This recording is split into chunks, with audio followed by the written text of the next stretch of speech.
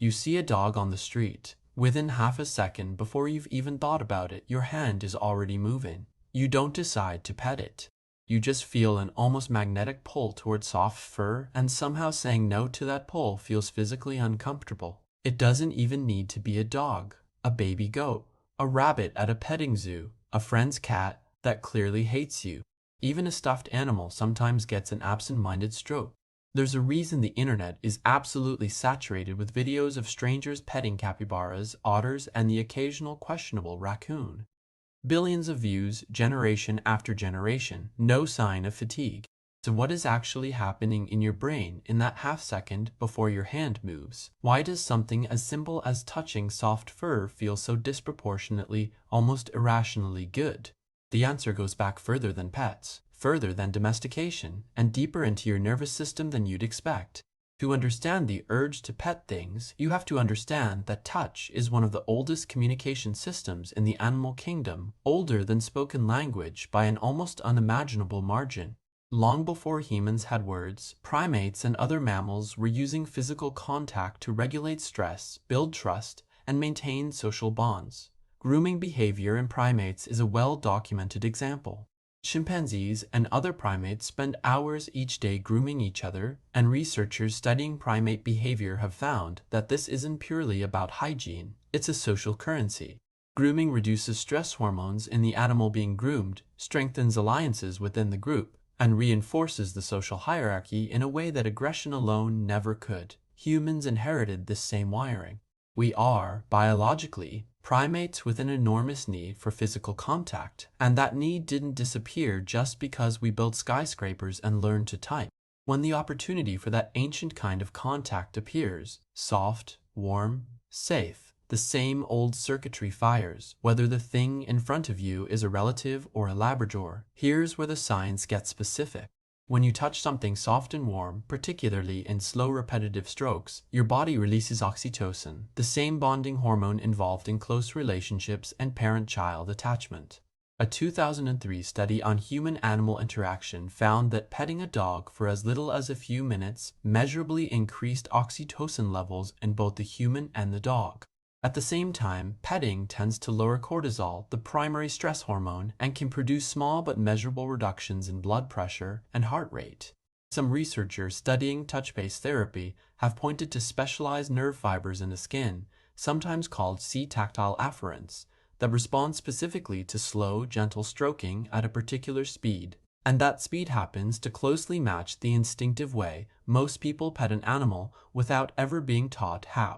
In other words, your hand already seems to know the correct speed for triggering this calming response without you ever consciously learning it. That's not a coincidence. It strongly suggests this behavior is hardwired rather than culturally learned. It's not just touch in general that pulls us in, it's specifically softness, roundness, and warmth. This connects to a much broader psychological phenomenon researchers call the baby schema, or in German, Kindjenkenschema, first described by ethologist Konrad Lorenz in the 1940s.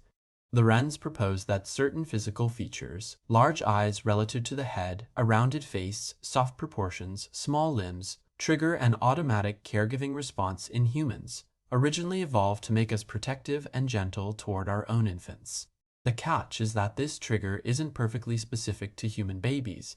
It fires for anything with similar proportions: puppies, kittens, baby animals of almost any species, and even cartoon characters deliberately designed with oversized eyes and rounded faces. This is part of why a fluffy, round-faced animal practically demands to be touched in a way that, say, a lizard or an insect doesn't, even though both are perfectly petable in theory. Your brain isn't really responding to animal.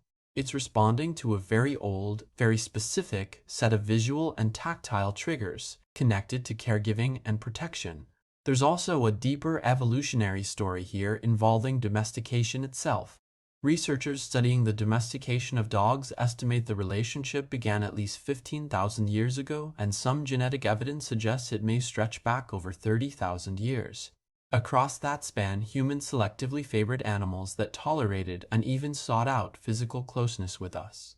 This created something unusual in the animal kingdom, a feedback loop. Animals that responded well to touch got more food, more protection, and more breeding opportunities near human settlements. Over thousands of generations, this selection pressure shaped domesticated animals to actively crave human contact, not merely tolerate it. At the same time, humans who bonded more easily with these animals gained better hunting partners, better guards, and better companionship, which gave their own genes a quiet advantage too. The result is a relationship that runs in both directions. The urge you feel to pet a dog and the dog's apparent eagerness to be pet aren't separate phenomena. They're two sides of the same multi-thousand-year evolutionary bargain, each side shaped to make the other side want to keep the contract running. This explains something that otherwise seems strange: why we want to pet animals that aren't even ours. You have no attachment history with the dog tied up outside the coffee shop. You'll likely never see it again. And yet the pull is just as strong as it would be with your own pet. That's because the trigger isn't really about relationship history at all. It's about the immediate sensory and visual cues in front of you, processed almost instantly and mostly below conscious awareness. Research on perception suggests humans can register cute baby schema matching features in well under a second, faster than we can consciously evaluate almost anything else about the animal, including whether it's actually safe to approach. This is also why this urge sometimes misfires in mildly amusing ways, like the well-documented psychological phenomenon called cute aggression, where people report an urge to squeeze, pinch, or even playfully crush something they find overwhelmingly adorable. Researchers studying this effect believe it may be the brain's way of regulating an emotional response that's almost too intense to process calmly. The urge to pet, in extreme form, briefly tips over into a strange, harmless desire to physically overwhelm the cuteness itself.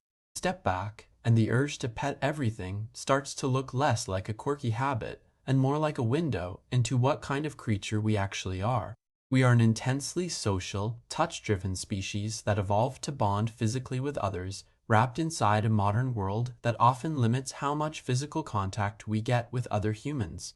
Some researchers studying touch deprivation have argued that modern life, with its reduced physical contact between people, may partly explain why interactions with animals feel so disproportionately rewarding.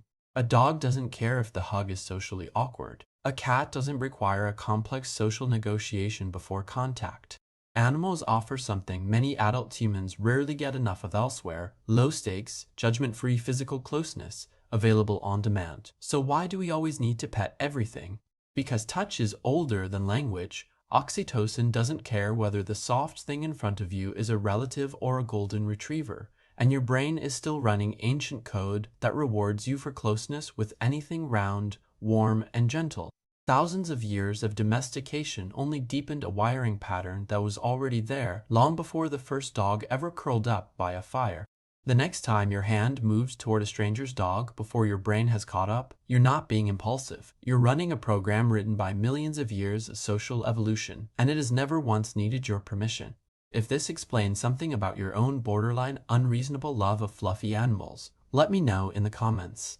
Subscribe for more research-backed deep dives into the hidden science behind everyday behavior. And next week, we're looking at why baby animals make every single one of us speak in a strange, higher-pitched voice without realizing it.